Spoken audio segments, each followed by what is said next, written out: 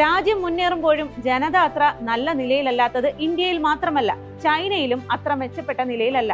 ചൈനയിൽ 13,698 ആളോഹരി ഉത്പാദനം, ഇന്ത്യയിൽ 2,888.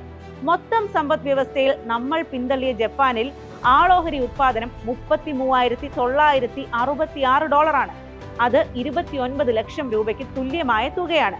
അതായത് ഓരോ ആൾക്കും മാസം 2.5 ലക്ഷം രൂപയ്ക്ക് തുല്യമായ തുക ലഭിക്കുന്നു.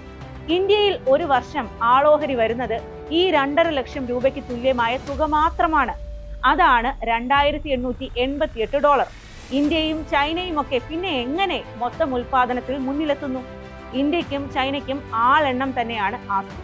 കോവിഡ് കാലം മാറ്റി നിർത്തിയാൽ ഇന്ത്യയുടെ നോമിനൽ GDPയുടെ വളർച്ച ഏറ്റവും മോശം നിലയിലാണ്.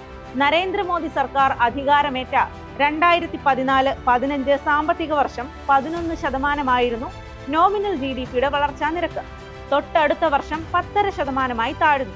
പിന്നീട് 10.5-നും 11.8-നും ഇടയിലായിരുന്നു വളർച്ച. കോവിഡ് കാലത്ത് 2019-20 6.4% ഇടിഞ്ഞു. തൊട്ടടുത്ത വർഷം -1.2 താഴ്ന്നു. ലോകമെങ്ങും എന്നതുപോലെ 2021-22 18.9% എന്ന വളർച്ച. അടുത്ത വർഷം 14%, പിന്നെ 12%. ഇപ്പോൾ അവസാനിച്ച സാമ്പത്തിക വർഷം 9.8% വീണു.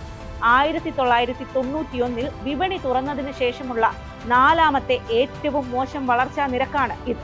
ഇപ്പോൾ പറഞ്ഞത് നോമിനൽ GDPയുടെ വളർച്ചാ നിരക്കാണ്. റിയൽ GDP എടുത്താൽ മാറ്റമുണ്ടാകില്ലേ എന്ന സംശയമുണ്ടാകും. വാട്സാപ്പ് സർവകലാശാലകളിലൊക്കെ 2 GDPയും മാറി മാറി പറഞ്ഞാണ് ആളുകളെ കുഴപ്പത്തിലാക്കുന്നത്.